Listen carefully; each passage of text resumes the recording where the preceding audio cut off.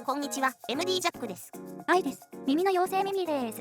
はい、今回は CCA のニューモデル、トリオです。デュオに続き、今度はトリオですね。最近の CCA はフェイスプレートを黒系統で統一しており、これもブラックです。モデル名からすると 2DD のデュオ、3DD のトリオを関連付けたいところだけど、デュオとは 500Hz 以下のチューニングの傾向が違う。それよりも 2DD プラス 4BA チューニングスイッチ付きのラプソディを 3DD で仕上げたのがトリオというのが個人的な印象。KZ からの流れだと 2DD チューニングスイッチ付きのキャスターインプルーブドベースバージョンの親戚という感じもする。チューニング似てるでしょ？はい、似てますね。第一印象はどんな感じ？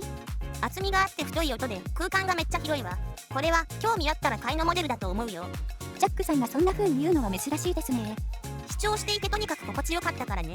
詳細はサウンドチェックの後でね。価格が$40ぐらいだから直近のレートだと6000円ぐらい。思ってたより安かったな。もうちょっと高かったとしてもこの質感なら納得って感じだからね。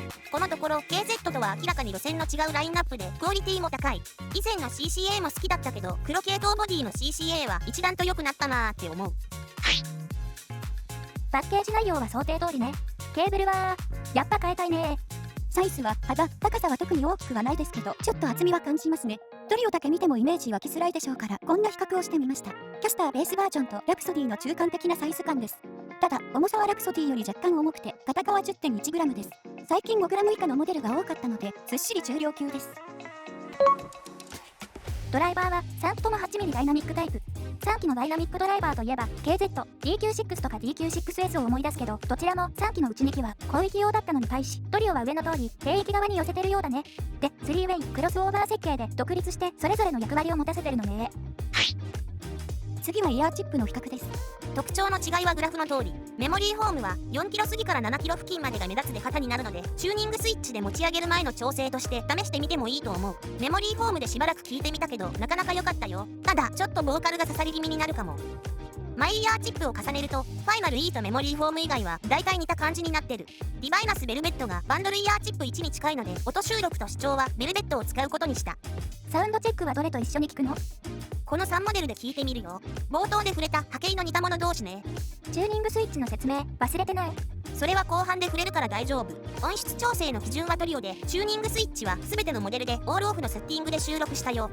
はい、了解。じゃあサウンドチェックいってみよう。音量上がるよ。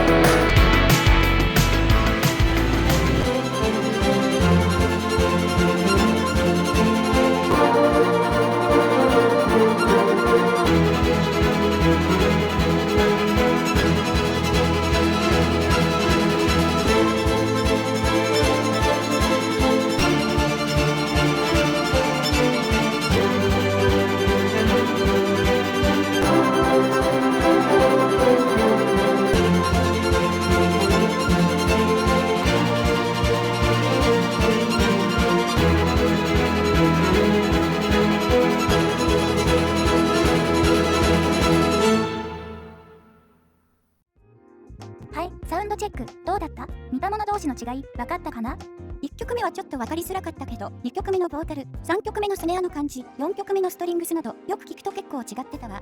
でもどれが優秀とかって感じじゃなく好みよね。シンプルに明るさだとトリオが真ん中でラプソディがちょっと落ち着いた感じ、キャスターベースが一番明るかったと思うよ。確かにね、波形比較の差分がやっぱり音に出ていたね。こことかこことか、それぞれドライバー構成や配置の違いもあるし、特性の差分に響き方の違いも加わるから、実機での印象はさらに変化する。まあ同じだったらみんなお安いキャスターベースバージョン買うよね。そうね。じゃあ聞いた印象に行ってみようか。まずチューニングスイッチはデフォルト、バンドルケーブルでしばらく聞いてみた。2機のダイナミックドライバーでフォローしてるから低域が結構強め。ベースの8分やそれ以上の細かいフレーズだとちょっと曖昧になる。7対3ぐらいで量感優位に感じたけど、この低域の感じは癖になりそう。ウッドベースの臨場感がすごいわ。低域はここから2段階持ち上げられますけど、とりあえず使わなくても良さそうですね。そうだね、十分だと思う。でもその余裕があるっていうのがいいよね。バランスを整えるのに0010と0011の中域以上が2段階で持ち上がるセッティングを試してみた。この時点では0011のバランスが自分にはあったわ。スイッチパターン自体はラプソディとほぼ同じと思っていいですか？そうだね、いいと思うよ。低域と中高域から高域が2段階ずつオールオンで全部持ち上がる。あとバリエーションが3パターンあるはずなんだけど、測定結果の誤差なのか今回は目に見えるグラフの形では8パターンだったよ。その他のパターンはこの中のどれかと同じになるってことよね。その通り。ここからはトリポインセラフにリケーブルして視聴を続けた。リケーブルによって広域の伸びを感じたので、スイッチセッティングは0010。広域系を1段階持ち上げるだけで十分になったわ。クリアさと伸びが良くなって、ジャズトリオの演奏だと音数は少ない反面、音と音の間を感じられてライブハウスの客席にいるような感覚が心地いい。中域はデフォルトだとちょっとドンシャリっぽいが、0010、0011の2段階で持ち上がるのでフラットっぽくもなる。このあたりラプソディ、キャスターベースバージョンも同じような変化をするね。0010のバランスだとボーカル、メロディーが前に出すぎず引っ込みすぎず、バックとのバランスが絶妙。広域はシンバル系の存在感を保ちつつ、音の太さがあり耳につくような響き方はせず上品な印象。全体としてはどうだった？音に厚みがあって太い。分離はそれほど強調されていないが、定位感が良くて左右の端から細かい音が聞こえてくるのが何とも言えないいい感じ。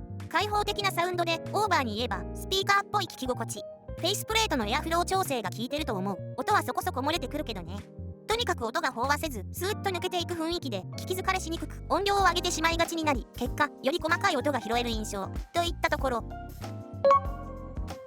ラプソディもかなりいいんだけど、ダイナミックドライバー2機で表現するトリオの特徴ある低域と中高域以上を1機のダイナミックドライバーで余裕を持って鳴らせるメリットからくる自然に伸びる高域、そして開放的な空間がダメ押しという感じ。それか6000円台なら買いですか？買いだと思うよ。じゃあ買います。私も買っとくか。そうだね、買っといていいモデルだと思うよ。ということで CCA の 3DD モデルトリオのレビューでした。ではまた次の動画で。ご視聴ありがとうございました。MD ジャックチャンネルはイヤホンレビューを音と波形た言葉で表現します。チャンネル登録お願いします。